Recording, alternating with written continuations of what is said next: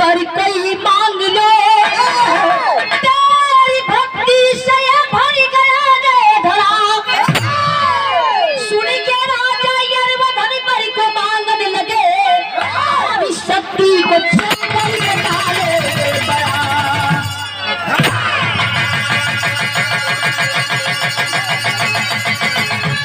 चौथा पंडित लेकिन मालिक एक औलाद नहीं देने वाले।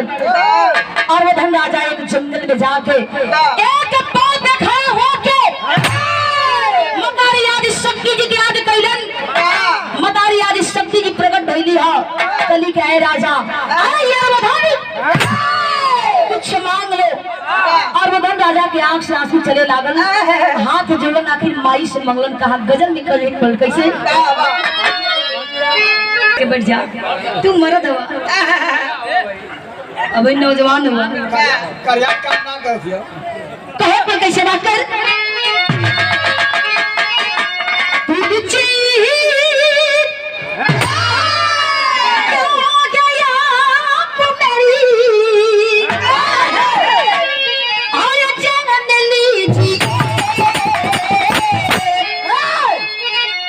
बस एक बार मेरा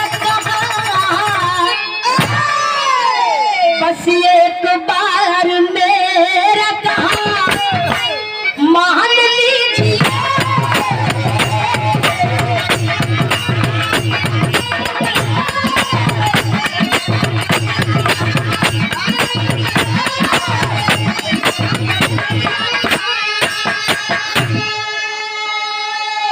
लेकिन राजा यरवधन आखिर मतारी से मंगलन था कैसे बोले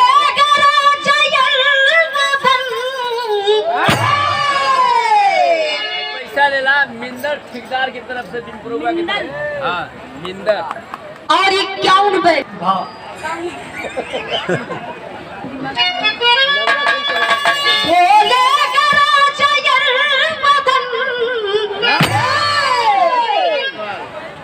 और ये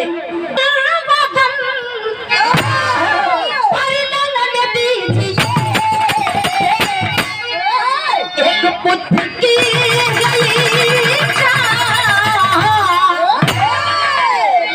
पुत्र की गई छाया सम्मान की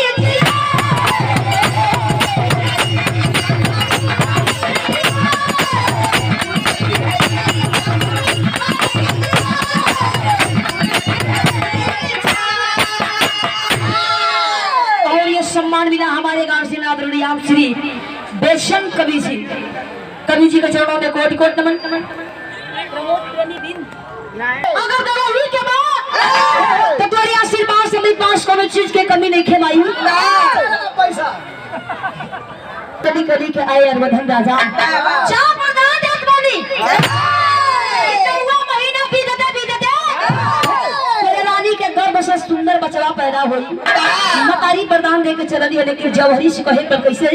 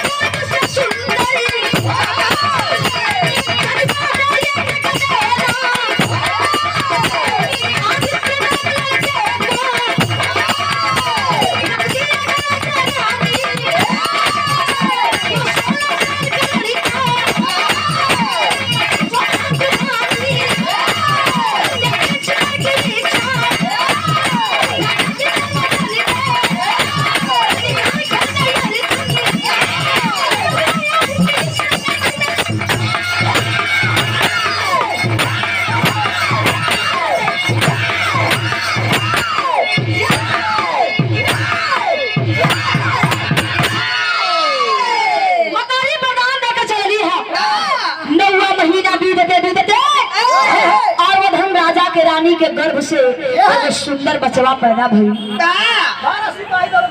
और यह सम्मान मिला गए भरत सिपाही दरोगा बिंद जी आपकी ओर से सम्मान मिला गए।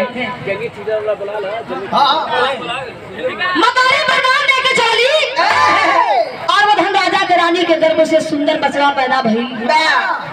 वो बचवा के नाम में रखल आदित्य कुमार। धीरे धीरे सम्मान प्यार दिया मिले लागल। जब आदित्य कुमार 16 साल के हो गई, एक दिन वही बुढ़ौती में राजा यरवधन अपने रानी से कहलन की सुना ना, हमारे एक बात सुना। आखिर राजा यरवधन कहलन का मास्टर गीत लागल, गीत कवन बा?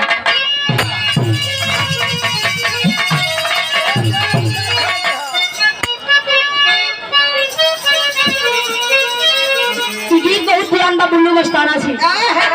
आज तो मोबाइल हो गई, आजकल के लड़की लड़का प्यार करत हुवन। तो पहले के जमाने में बुढ़ऊ दादा चाचा लोगन के पास मोबाइल नहीं रहे, आज तो मोबाइल हो गई।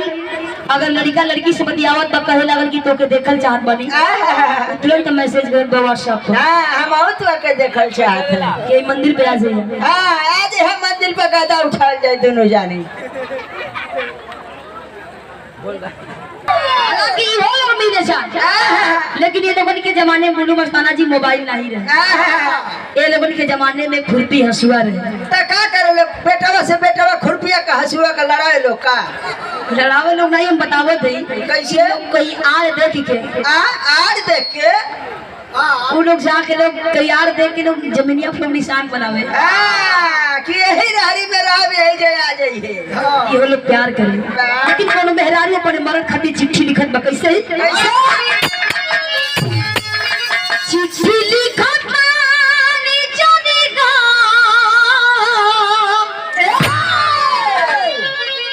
कि तार बोल भेजता निचुमा।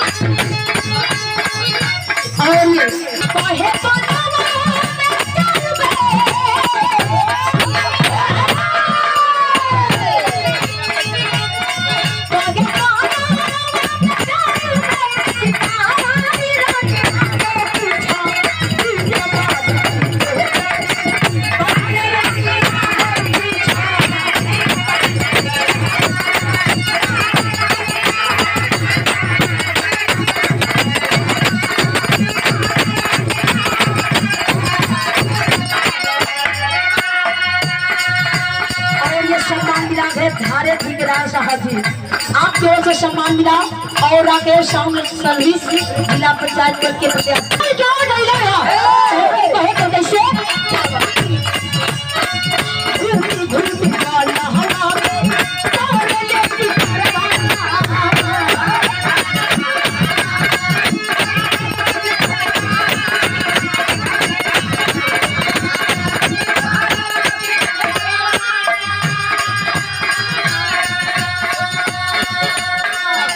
और ये देखें ये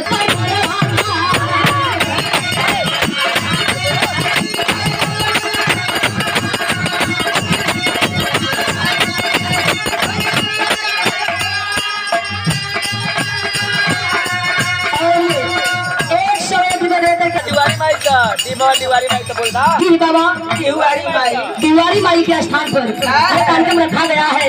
ये शानदार विधा मुकाबला देवालाल यादव और मैं गायिका सिरोज सरगम को बहुत बहुत नमस्ते का।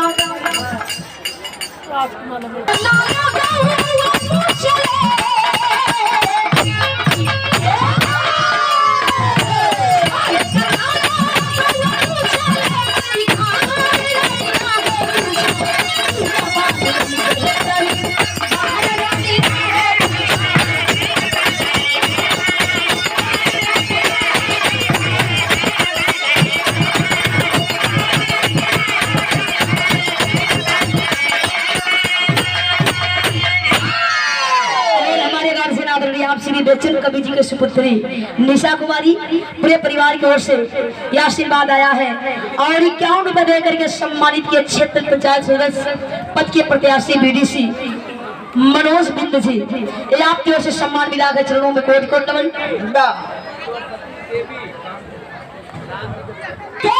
इतना दूर चले गए, यहाँ तक अपन एरिया छोड़ के और वो धन राजा अर्जुन जी के एरिया में पहुंच गए।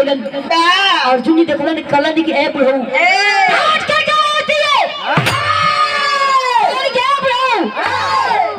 अगर समझ नहीं के तू शिकार खेले कहाँ आई हुआ, पूछे लगल कि तू हुआ के और वो धन राजा वही बुढ़ौती में अपन परिचय दे रहा। कैसे मास्टर गीत लागल, गीत कवन बा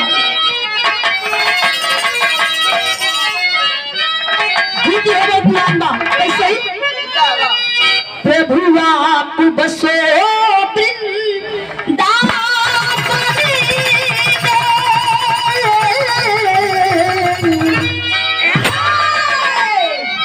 से बढ़िया भाव में कवि जी लिखे राजा करण कैसे बोले गए राजा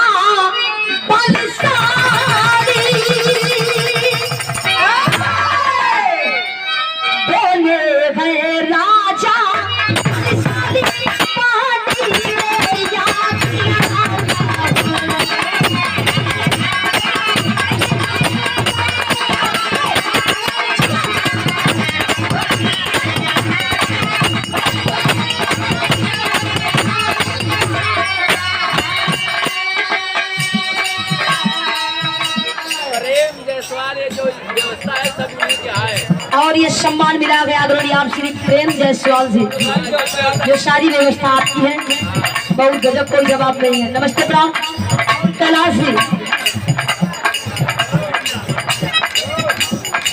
बहुत बढ़िया। और ये दो कलम पेन और ये 51 रुपए देकर के आशीर्वाद मिला है हमारे कवि जी बेचन बेदर्दी कवि जी, आपकी बेटी की ओर से लालसा बिंद जी, ये आपकी ओर से सम्मान मिला है। जे भैया भोजन ना कर जाके भोजन कर ले,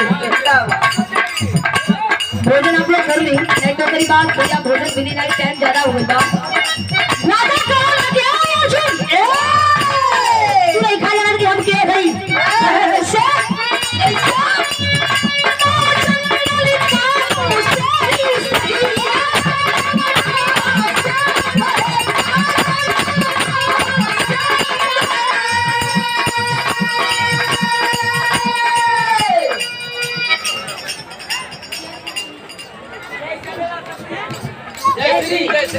और ये 105 रुपए देकर के आशीर्वाद मिला है जय श्री जी, ये आपकी ओर से आशीर्वाद मिला कर चरणों में कोटि कोटि नमन। आप हम लोगों के नमस्ते प्रणाम।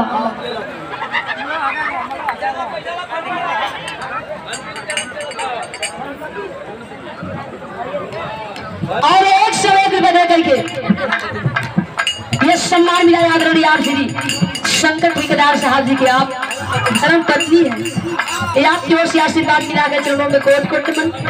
ये हमारी दुकानदारी ऐसे घबराई है लोग आप लोग मत। और ये 51 रुपए दे करके सम्मानित की हमारे गार्जियन आदरणीय आप श्री शंकर ठेकेदार साहब जी के, आप सरुआई साली बनिया, आपकी ओर से नमस्ते प्रणाम कहे तो कैसे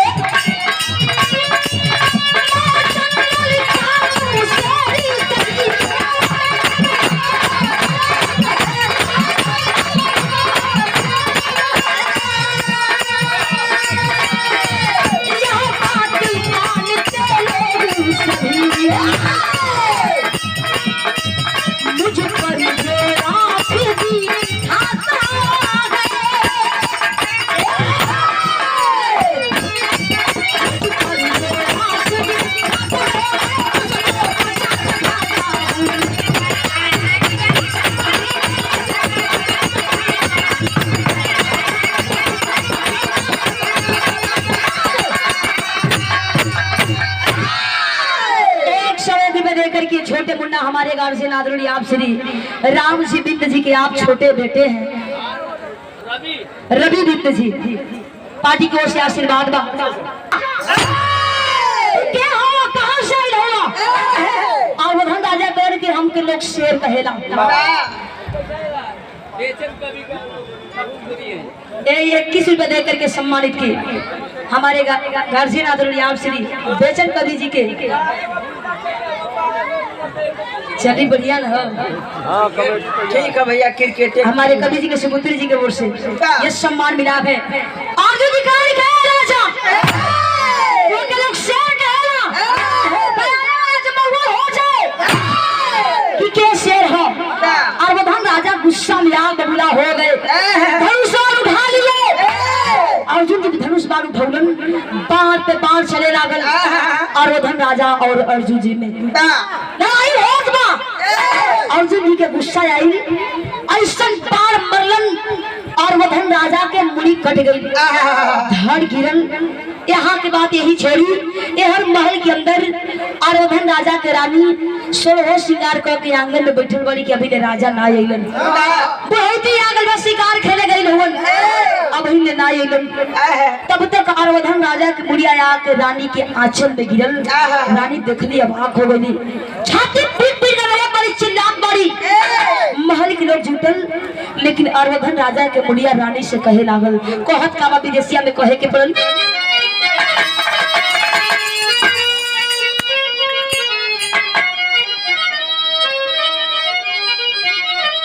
अर्जुन मुदैया के नमवा बतौले राजा, सन्मुख त्यागी दिगले राजा जी पारा नवा। और उधर राजा के बुढ़िया कहे लगल, कहे रानी हमार जाना थे वो हालत के कही, कोई जंगलवा में एक अर्जुन मिलल, वही हाल कइलन। ए हर के लोग महल के लोग चिल्लात बछाती पीटत बाई। हर आदित्य कुमार कुछ लइकन के संग खेले गइल है।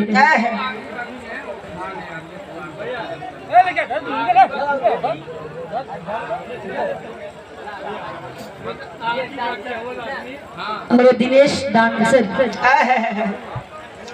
इन्हीं का नाच हमारे लड़का के बियाह है जाई। और 101 रुपए दे करके सम्मानित किया आदरणीय आप श्री यह लौंडा ये नेता पहुंचावे आपको काम बा। आदरणीय आप श्री नगरू ठाकुर जी ने साधु जी ये आपकी ओर से सम्मान मिला के नमस्ते प्रणाम। बुल्लू बस्ताना जी आप खड़ा हो जाए, आपका भी स्वागत हो जाए। हमारे प्रधान जी आपके स्वागत के चार बने खड़ा हो जाए। प्रधान जी स्वागत करो, प्रधान जी के जाए जुबाना।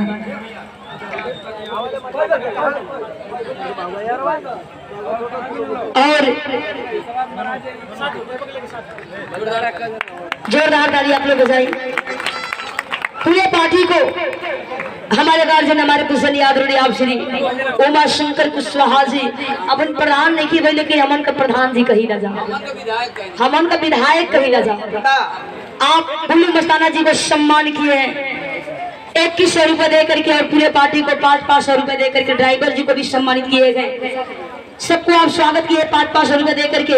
एक बार जोरदार ताली हो जाए प्रधान जी के नाम पर। बहुत बहुत धन्यवाद।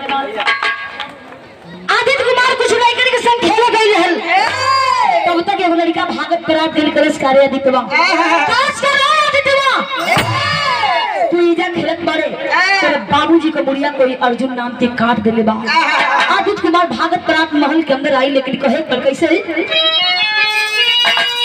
आदित्य कुमार जातो अरे पावन खबरिया हो बोला गो माई के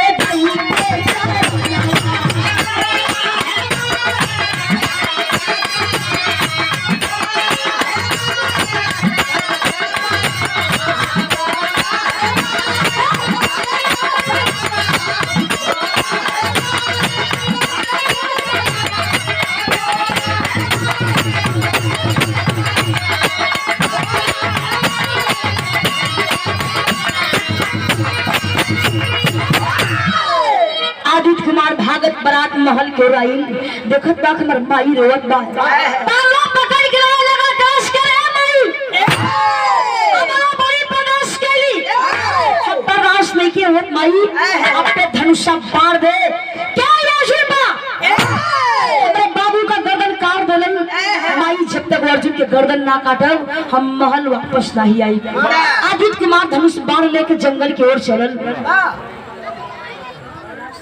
कैलाश और ये सम्मान मिला गए कैलाश जी आपको लोग मनाओ तो बरदानी लड़का मात्र 16 साल के चलल अर्जुन जी के देखले नहीं बा लेकिन अर्जुन जी के गर्दन काटे बदे चलल बा कहे पर कैसे बा के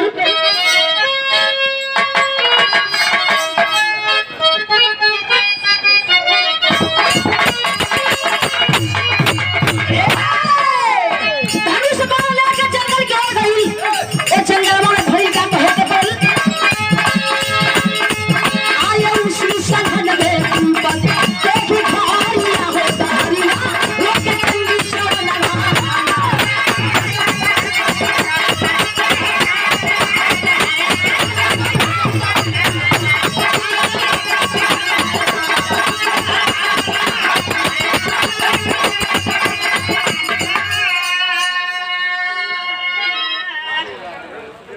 और ये सम्मान मिला है अनमोल पुरस्कार भाई पप्पू जी आप देख नहीं सकते लेकिन आपके सम्मान बा आपके दिल में सम्मान बा कलाकारन के प्रति नमस्ते प्रणाम आदित्य कुमार जंगल को गई वो जंगलों में भरी का कहे के बोल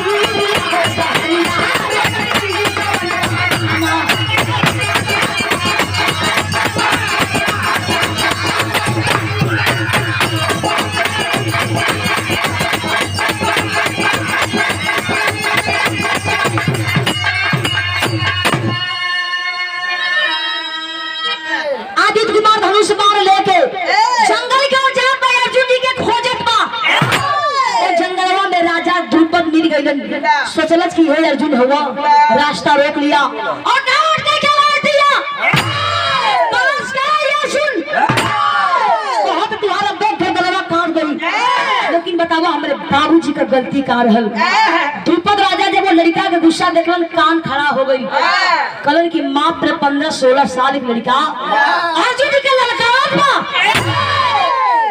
द्रुपद राजा कल गए लड़का अर्जुन जी के देखले हुए द्रुपद राजा बोलते बोलते एगो बात बोलन आदित्य कुमार के तेरी में कहे पर कैसे मार कर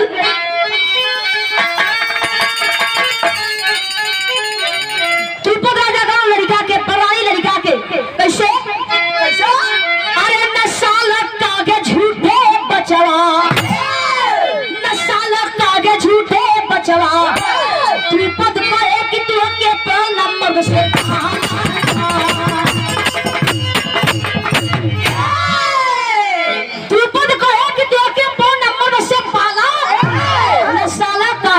बचवा दौड़ के गई कलश थे राजा तोरे नजर में लड़का लगत बानी हो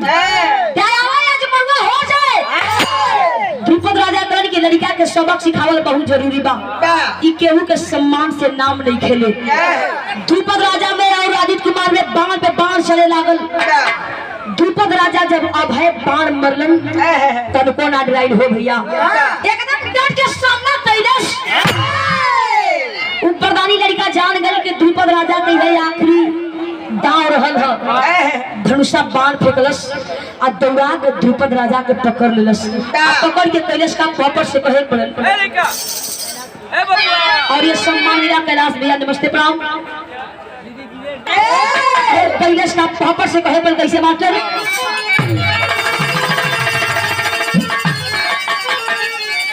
अरे भूल गई सब द्रुपद की चतुराई दुनिया जाने ले आप पटक के नीचे चढ़ाई दुनिया जाने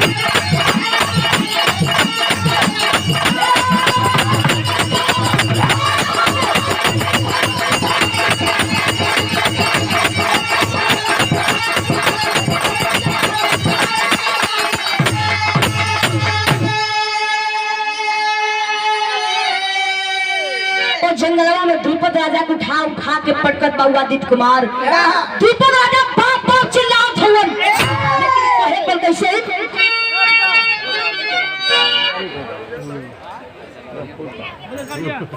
और ये देखे धर्मराज नकुल सहदेव तब आए पारी पाला हो, और उसी पेड़ में सबको बाधा, चला न कोई के चारा हो। अर्जुन भी चाहती मार उठाई दुनिया जाने ले, भीम के पड़ के सुइया पर लटकाई दुनिया जाने ले।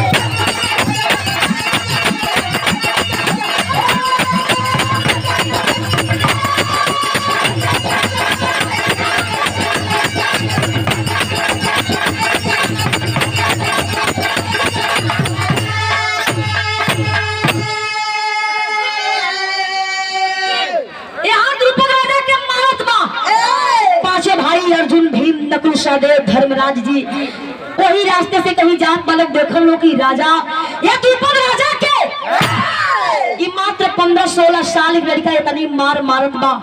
5 जना लोग दौड़ के गए, अरे लड़का, अरे लड़का छोड़, जल्दी छोड़। द्रुपद राजा कहने करे अर्जुन जल्दी जान बचाओ ना तो जान ले ले। मुन्ना मुन्ना पासवान पासी, ठीक है, प्रधान। और ये कोटि कोटि नमन, आप भूल बन के नमस्ते प्रणाम बा। और ये सम्मान के नाम तो आप नहीं बताए, 21 रुपए दे करके सम्मान के चरणों में कोटि कोटि नमन। जब 5 लाख किलो गई, जब अर्जुन जी का नाम सुनना सो भैया हटा जेकर इंतजार रहलू आ गइलन। गंगा के 5 भाइयन के पकड़लस, और ही जंगलवा में बहुत विशाल बरगद के पेड़ रही, बरगदवा के पेड़वा में उल्टा लटकाए के 5 जना के बंधलस। अब कैलेश का आल्हा में कहे कलमा के पूछे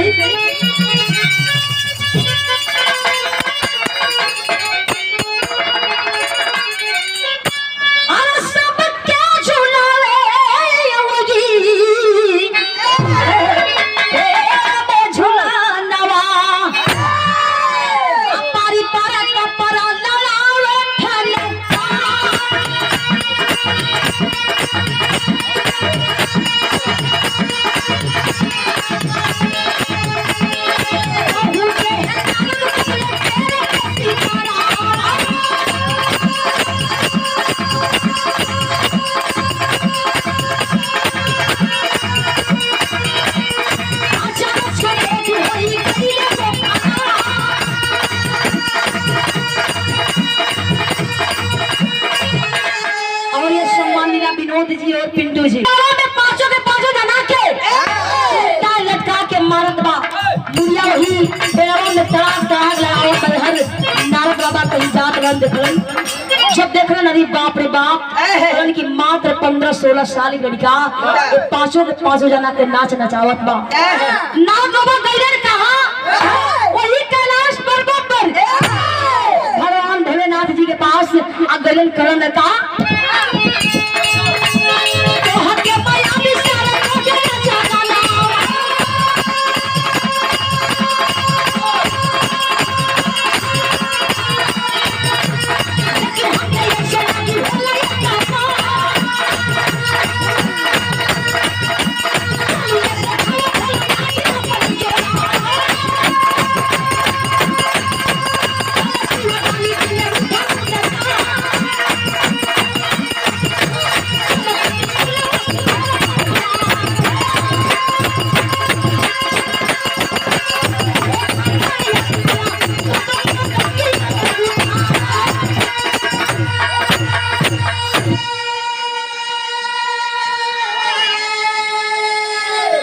नारद बाबा जाके भगवान भोलेनाथ से कहलन करे मालिक, कहलन क्या मालिक, आप यहाँ गाजा पे गाजा लेते बानी, अरे आप पे रहते आपके 5 भक्तन के जान चल जाई। एगो 16 साल की लड़का 5 जना के नाच नचावो तो जंगलवा में। भगवान भोलेनाथ जी सुनलन, एकदम जटा फरा के चलन। हाँ सुमेर बन के ओर, लेकिन भइल का कहे पर कैसे मास्टर खड़ी के लाइन में डांसर जी हमारे सुरेंद्र जायसवाल भैया के आप मित्र बनी। तो वहीं से मिलब सट्टा कर खाती मित्र हुआ था। नमस्ते प्रणाम। भगवान भोलेनाथ जी गगन कर करे लड़का, वो मात्र 16 साल के लड़का के देखन भगवान भोलेनाथ जी गगन करे बाबू लड़का, छोड़ जल्दी छोड़। पांचों के पांच जना लोकल करे भगवान, हे भगवान भोलेनाथ जल्दी जान बचाई। जब भगवान भोलेनाथ जी के जब नाम सुनल से लड़का लगल हसे कलश करे बड़ो, पांचों जना कम लोग रहल का ये बुढ़ौती महिला लोगन के जान बचावे। अब भगवान सुनन एकदम आंख लाल लाल हो गई, ई त हमहू के ललकारत बा चिन्हत नहीं बा, लेकिन भगवान के चैलेंज देत बा। 16 साल की लड़का कहत बा कैसे मास्टर खड़ी के लाइन में कहे पड़े। ये गीत के बुल्लू मस्ताना जी स्वर्गीय पंधारी दादा मिर्जापुर रहे वाले पंधारी दादा गाँव मस्ताना जी आखिर गाँव में कैसे कैसे है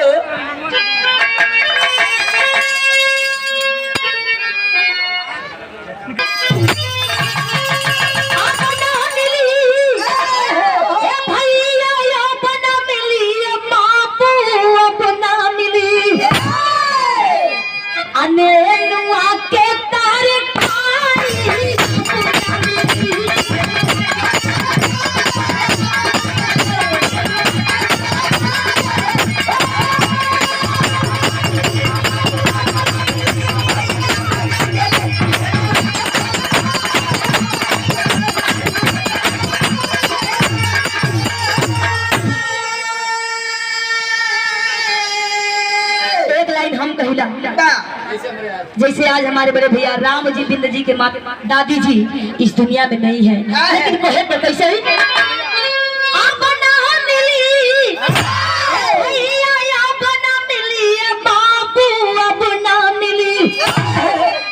अजय कर मर गई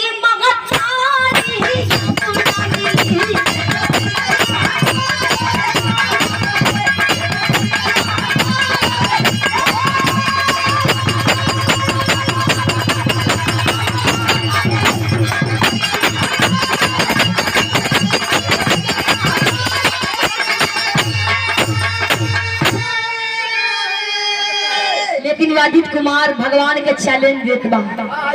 पैसा ला रमेश ठेकेदार डबल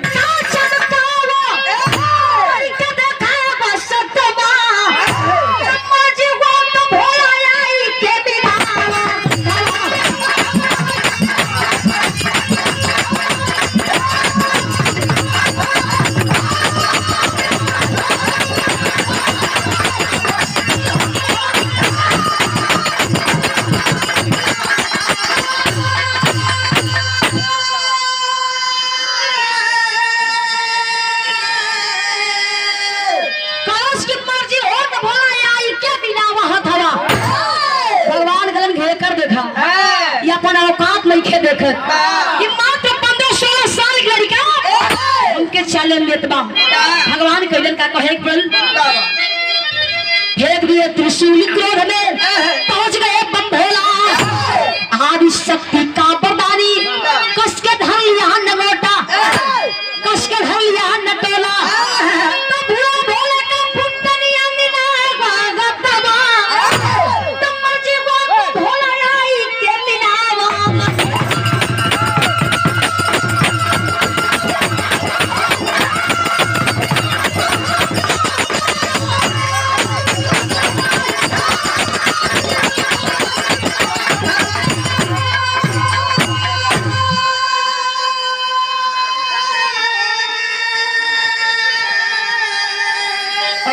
कुमार डांसर जी सम्मान मिला है और ये 101 रुपए दे करके सम्मान की आदरणीय आप श्री तरवे त्रिशूल फेंक दिए एकदम जटा फरा के दौड़लन हम तब तक दौड़ा के आदित्य कुमार भगवान के जटा पकड़लस 2 बार खड़ी झट करलस भगवान भोलेनाथ जी लड़खड़ाए के गिरलन फिर वह जटा पकड़ के उठौलस और नकिया पकड़ के लागे आवे कलश के भगवान भोलेनाथ वो के लोग भगवान कहत बा वो तो तुहार नकिया उखाड़ ले जब भगवान के गाढ़े में डाल देलस आय और 5 जना लोग अरे बाप रे बाप जब भगवान के नहीं खेची ना अब भगवान के छोड़ी तब सीधे अमन का अब जान ले छोड़ी ना हनुमान का और ये सम्मान की आदरणीय आप श्री भानु प्रधान जी हाँ प्रधान जी नमस्ते प्रणाम आप हूँ लोगन के नमस्ते प्रणाम बा जब भगवान के लगन शासक थे तब मतारी प्रकट भइली है राम जी आज जमुना ठेकेदार जेकर मौत जैसे लिखल है, जब लिखल है, जहाँ लिखल रही, जैसे लिखल रही हो के रही। तेरे बाबूजी का मौत अर्जुन जी के हाथे लिखल है, यही लिए तोर बाबूजी मरा गइलन। वही जैसे लड़का के ज्ञान मिलल कि जे दुनिया में आइल बा, ये दुनिया के छोड़ के सब कोई के जाए बा। मतारी कली की जाके भगवान से माफी मांगा, वही भगवान के लगे, भगवान कलन को ही रही है, भगवान भोला जी कलन की लगे मत ही है, मार के चिल्ला मुला भेरवा दे लगे मत यही है। भगवान कलन की अति गुस्साई तक की छोड़ी ना। यार पांचों जना लोगन के भी खोलस, पांचों जना अपन जान लेके कब कौने और लोग भागल। कैसे गुरु बिहारी गुरु रमन श्यामा सबरू गिरदार